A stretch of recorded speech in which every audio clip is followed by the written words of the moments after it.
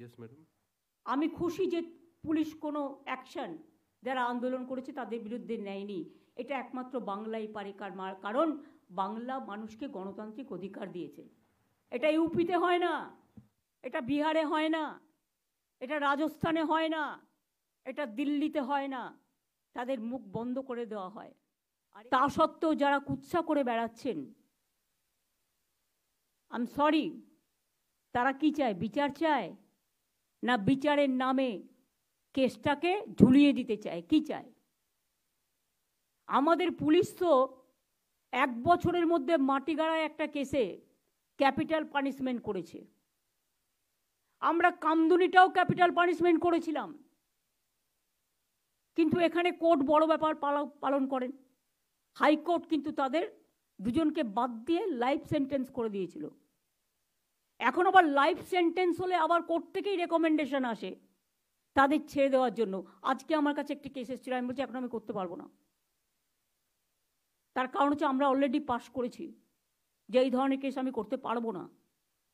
আমরাও বন্দি মুক্তি চাই, আমরা 700-1500 ওপর লোককে মুক্তি দিয়েছি, কিন্তু there is a limit for case to case basis.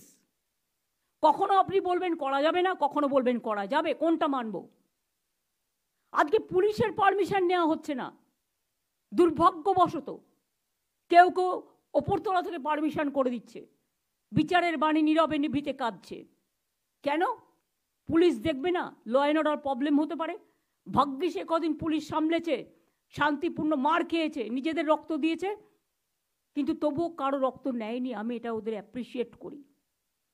সাথে সাথে আপনাদেরও বোঝা উচিত সবার, পুলিশও কিন্তু আপনাদের সারাক্ষণ পাহারা দেয়। তারাও কিন্তু আপনাদের মতো মানবিক জীব, মানুষ। তারাও কিন্তু মানবিক মানুষ, তাদেরও সংসার আছে, তাদের পরিবার আছে। যাকে পাচ্ছেন তাকে নিয়ে যা ইচ্ছে তাই বলে যাচ্ছেন কেউ কেউ। একবারও ভাববেন না আপনার পরিবারকে তুলে যদি কেউ এই কথা বলে তাহলে আপনার কি হবে, আপনার মানসিকতা কি হবে? কলকাতা পুলিশ কমিশনার আমার কাছে নিজে এসছে অনেকবার পদত্যাগ করার জন্য, গত 7 দিন আগে। সামনে পুজো, আপনারা এবার আমায় বলুন, ল অ্যান্ড অর্ডার লোকটাকে তো জানতে হবে যে থাকবে কোন পাড়ায় কোন পুজো হচ্ছে, পুজো কমিটিগুলো কি থিম করছে, কোথায় কি পুলিশ পোস্টিং আছে। এটা পুজোর সময়, কিছুদিন ধৈর্য ধরলে কি মহাভারত অশুদ্ধ হয়। আপনারা ঠিক করবেন সবাইকে চেঞ্জ করতে হবে। যতটা বলছেন, যতটা পারছি আমরা করছি। আপনি আমাকে 10টা ডিমান্ড দিতে পারেন, আমি 5টা করতে পারি, 5টা নাও করতে পারি। আমি তো অলরেডি ইতিমধ্যে অনেকগুলো করে দিয়েছি। কাজেই আপনাদের আমরা বলছি, পুলিশ ইভেন্ট সেদিন সঙ্গে সঙ্গে যেই কোর্ট নির্দেশ দিয়েছে সিবিআই, সব কাগজপত্র, ভিডিও রেকর্ডিং, এমনকি ডিএনএ টেস্ট সহ, রিপোর্ট সহ সব কিছু হ্যান্ডওভার করেছে। আমাকে আপনারা বলছেন হোম মিনিস্ট্রি থেকে একটা চিঠি লিখলো সিআইএসএফকে জায়গা দাও। আমি ববিকে পাঠিয়ে ইন্দিরা হসপিটালের 30 বেডেড হসপিটাল এবং একটা প্রাইমারি স্কুল কর্পোরেশনের সেই দুটোকে দিলাম। তারপরেও আপনারা যদি রোজ বলেন, বলছে এখন কমিউনিটি হলগুলো আমাদের দিয়ে দাও, তাহলে এলাকায় এলাকায় যে মানুষগুলো বিয়ে, শ্রাদ্ধ, পৈতে, পুজো, উৎসবের নামে এটা করা হয়েছে কমিউনিটি, মানে এলাকার কমিউনিটির জন্য, তারা কোথায় যাবে? নিশ্চয়ই জায়গা খুঁজে দিন। আরজি করের পাশে আরও যদি জায়গা চায়, আরজি করের পাশে যে জায়গাটা পড়ে আছে, আমি সিএসকে বলবো ডেকোরেটর ডেকে আনুন। আজকাল সব কিছু হয়ে যায় খুব তাড়াতাড়ি, করে দিন। তক্তা পেতে দিন, খাট পেতে দিন, বাথরুম, ওয়াশরুম টওয়াশরুমগুলো করে দিন। কিন্তু আপনি যদি একটা কনজেস্টেড এরিয়ায় আমাকে বলেন 2 ঘন্টার মধ্যে জায়গা খুঁজে দিতে হবে, হাউ ইজ ইট পসিবল? যে জায়গাটা আরজিকর হসপিটাল, সেই জায়গাটা ভীষণ কনজেস্টেড। আর যদি সেই জায়গাটা না করতে পারেন, তাহলে আপনাদের পুলিশের যে ব্যারাক আছে বিভিন্ন জায়গায়, যেখানে অ্যাভেলেবেল, দরকার হলে আপনি বাস অ্যারেঞ্জমেন্ট করে দিন, বাস তাদের তুলে নিয়ে আসবে, বাস তাদের পৌঁছে দেবে। তারা আর কি চায়? জামা কাপড় চাইলে দিয়ে দিন, খাবার দাবার চাইলে দিয়ে দিন, আর কি কি দেওয়ার আছে? আপনারা যদি কাউকে পাঠানো, দায়িত্বটা তো সেন্ট্রাল গভর্নমেন্টকে নিতে হবে। সবটাই স্টেট গভর্নমেন্টের উপর আপনারা চাপিয়ে দেবেন আর মিথ্যে কথা বলবেন আমরা দিইনি, এটা ঠিক নয়। আমরা 3টি জায়গা দিয়েছি, কিন্তু আপনি যদি রোজ সংখ্যা বাড়ান বাংলাটাকে গ্রাস করবার জন্য, পুলিশের হাত থেকে সবটাই কেড়ে নিতে চান রাজ্য সরকারকে, কেন্দ্রীয় সরকারের এর মধ্যে পুরো চক্রান্ত আছে। আমি কোর্টকে কোনো ব্যাপারে একটি কমেন্টসও করব না, because we are bound to accept the court verdict. কিন্তু মনে রাখবেন কেন্দ্রীয় সরকারের সম্পূর্ণ চক্রান্ত আছে এবং আরও কয়েকটা left parties, they are also involve in this conspiracy, যাদের মানুষের কাছে যাবার ক্ষমতা নেই। যেহেতু আমরা কিছু পাল্টা করছি না, একতরফা হয়ে যাচ্ছে। রাতের বেলায় পুজোর সময় পুলিশ রাজ্যকে পাহাড় দেয়, কোনো দুর্ঘটনা ঘটলে পাহাড় দেয়, দাঙ্গা হলে পাহাড় দেয়, দুর্যোগ হলে পাহাড় দেয়। কিন্তু প্রতিদিন রাতে আপনারা যদি রাস্তায় থেকে, অনেক মানুষ তো ডিস্টার্ব হয়, অনেক এলাকায় অনেক বয়স্ক মানুষ আছে, মাইক লাগালে তাদের ঘুমের অসুবিধেও হয়, যার জন্য নিয়মও আছে পলিউশন কন্ট্রোল বোর্ডের, 10টার পর মাইক বাজানো যাবে না, বা এত স্পিডে মাইক বাজাবেন তার বেশি বাজানো যাবে না। তা সত্ত্বেও আমরা সব ছেড়ে দিয়েছি। 1 মাস তো হয়ে গেল, আজকে 9 তারিখ, 1 মাস 1 দিন, 31শে মাস গেছে। আমি অনুরোধ করব পুজোতে ফিরে আসুন, উৎসবে ফিরে আসুন, আর সিবিআইকে বলবো তাড়াতাড়ি বিচারের ব্যবস্থা করুন। এটা তো এখন আপনাদের হাতে, আমাদের হাতে নেই। এখন সাজা পুরো সিবিআইয়ের হাতে। আসল কেসটা করুন।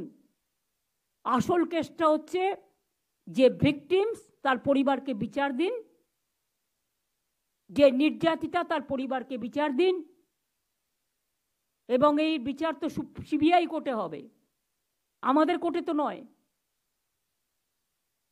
সুতরাং আপনারা ফাস্ট ট্র্যাক কোর্টে বিচার করে তাড়াতাড়ি ব্যবস্থা নিন। বাংলার নামে বদনাম করা হচ্ছে সারা পৃথিবীতে। একটা হোয়াটসঅ্যাপ গ্রুপ জুটেছে, যারা এখান থেকে পড়াশুনো করে খেয়ে দিয়ে মানুষ হয়ে বাইরে গেছেন, তারা গিয়ে বাংলার বদনাম করছে একতরফা, ওয়ান সাইডেড কথা শুনে ওদের। তারা তো বোথ সাইড শুনতে পাচ্ছেন না, ইউনিল্যাটারালি, ওয়ান সাইডেড। তাদের বোঝা উচিত বাংলাদেশের পরে আপনারা এই সুযোগটা নিচ্ছেন। তো বাংলাদেশ আলাদা রাষ্ট্র, আমরা তাদের ভালোবাসি, সম্মান করি, তাদের ভাষাকে সম্মান করি। ইন্ডিয়া আলাদা রাষ্ট্র। এই দুটো আপনারা কিন্তু মাথায় রাখতে ভুলে গেছেন। এখানে বাংলাদেশ হবে না, কারণ বাংলাদেশেই বাংলাদেশ হয়। বাংলাদেশটা আসল একটা অন্য রাষ্ট্র, তাদের আমরা সম্মান করি, ভালোবাসি, আমরা একই ভাষায় কথা বলি। আজকে বাংলা ভাষায় কথা বলে বলে উড়িষ্যা থেকে সব প্রবাসীদের আপনারা মেরে তাড়িয়ে দিচ্ছেন। সংখ্যালঘু হবার অপরাধে আপনারা উজ্জয়িনী থেকে শুরু করে মধ্যপ্রদেশ, রাজস্থান থেকে শুরু করে, হরিয়ানা থেকে শুরু করে, উত্তরপ্রদেশ থেকে শুরু করেন, আমাদের 20,000 পরিযায়ী শ্রমিককে আপনারা রাজ্য থেকে তাড়িয়ে দিয়েছেন এবং 3 জনকে খুন করেছেন। আমাদের এখানেও কিন্তু 1.5 কোটি পরিযায়ী শ্রমিক কাজ করে অন্যান্য রাজ্যের। মনে রাখবেন, আমরা কিন্তু তাদের ডিস্টার্ব করি না, তার কারণ আমাদের সেখানে মানবিকতায় স্থান পায়। উড়িষ্যাতে সবচেয়ে বেশি, পুরীতে আমাদের লোকেরা যায়। উড়িষ্যায় ট্যুরিজম, বাংলার ট্যুরিজম উড়িষ্যাকে ডেভেলপ করে। জগন্নাথ, জয় জগন্নাথ করতে সবাই যায়। উড়িষ্যা থেকে আমার কাছে খবর এলো সব লোকেদের মেরেছে এবং চলে এসছে। কারণ আমাদের এখন একটা পরিযায়ী শ্রমিকদের একটা অ্যাপ আছে। আমি তারপরে নিজে চিফ মিনিস্টারকে বললাম, আপনার রাজ্যে কেন এটা হচ্ছে? আমাদের তো সবচেয়ে বেশি লোক উড়িষ্যায় যায়, বাংলায় কথা বললেই তাকে মারধর করা হচ্ছে। এটা কি? বিজেপি রাজ্যগুলোতে এগুলো হয়, জেনে রাখুন, তখন কোনো বিচার হয় না। আর বাংলায় একটা ঘটনা ঘটলেও সেটা দুর্ভাগ্যজনক, আমরা একটি লোকও তাকে সমর্থন করি না। চুপচাপ আছি, নীরবে বেদনা সহ্য করছি। পুলিশকে অ্যাকশন নিতে বারণ করেছি, কিন্তু দয়া করে পরিষেবাটা দিন। ইতিমধ্যে 7 লক্ষ লোক যারা, আমি নারায়ণকে একটা রিপোর্ট দিতে বলবো, হেলথ সেক্রেটারি, আমি দেওয়ার থেকে তার দেওয়া বেটার। ম্যাডাম, ইতিমধ্যে যে চলছে আমাদের আউটডোর পেশেন্টে প্রায় 7 লাখ পেশেন্ট পরিষেবা যাদের পাওয়ার কথা তারা পেতে পারেনি। ইনডোর অ্যাডমিশন আমাদের প্রায় 70,000 রোগীকে আমরা দিতে পারিনি। অনেক 7,000-এর বেশি সার্জারি যেটা প্ল্যান্ড সার্জারি ছিল সেগুলোকে ডিফার করতে হয়েছে। 1,500-এর বেশি মানুষকে যেটা কার্ডিওলজিতে আমাদের ক্যাথ ল্যাবগুলোতে ট্রিটমেন্ট হয় সেটা দিতে পারিনি। এই ছাড়া ম্যাডাম আমাদের বেশ কয়েকটা ডেথও হয়েছে, যেটা আমরা কয়েকটা মিডিয়া রিপোর্ট থেকে আর বিভিন্ন সোর্স থেকে পেয়েছি। প্রায় 21, 22, 23টি আমরা ডেথ রিপোর্ট আজ অলরেডি পর্যন্ত 23টা হয়েছে। 23টি আমরা প্লাস তোমার ধরো হসপিটালে এসছে কিন্তু ফিরে গিয়ে ট্রিটমেন্ট পায়নি, বাড়িতে মারা গেছে, সেই কেসগুলো বুথ লেভেল থেকে খোঁজ নাও। ইয়েস ম্যাডাম, সেগুলো ক্ষেত্রে মেলে কিন্তু পুরোপুরি কেন আমাদের প্রায় অনেকগুলো রেজিডেন্ট ডক্টর আমাদের ব্যাকবোন মতো কাজ করে, সিনিয়র ডক্টররা আপ্রাণ কাজ করে যাচ্ছেন, কিন্তু প্রবলেমটা অনেক বেশি আকারে এখন নিচ্ছে ম্যাডাম। Thank you madam. ঠিক আছে, আজকে সুপ্রিম কোর্ট বলেছে, আশা করি তারা যদি মনে করেন তারা কথা বলে এটাকে শর্ট আউট করবেন। Is okay. Thank you madam. যাই হোক,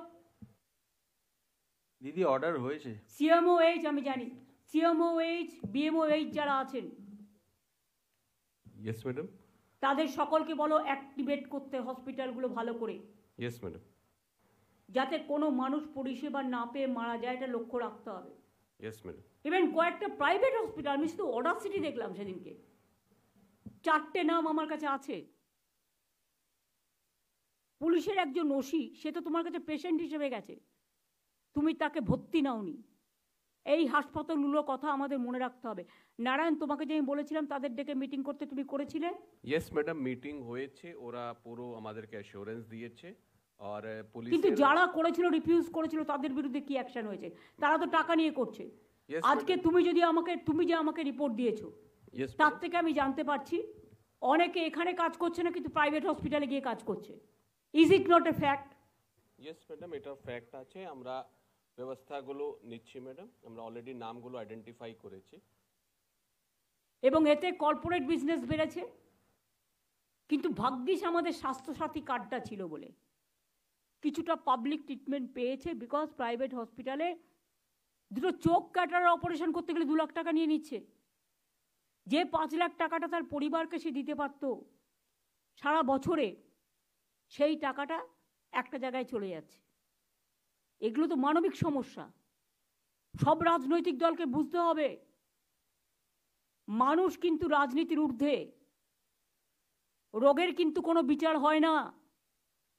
একটা কার্ডিয়াক পেশেন্ট যদি সঙ্গে সঙ্গে ট্রিটমেন্ট না পায়, সে কিন্তু কার্ডিয়াক অ্যারেস্টে মারা যায়। যার ঘরে না হয় সে এটা বুঝতে পারে না।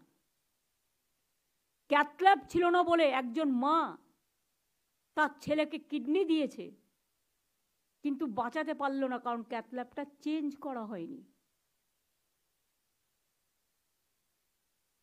হার্ট অ্যাটাক কখনো অপেক্ষা করে কারোর জন্য?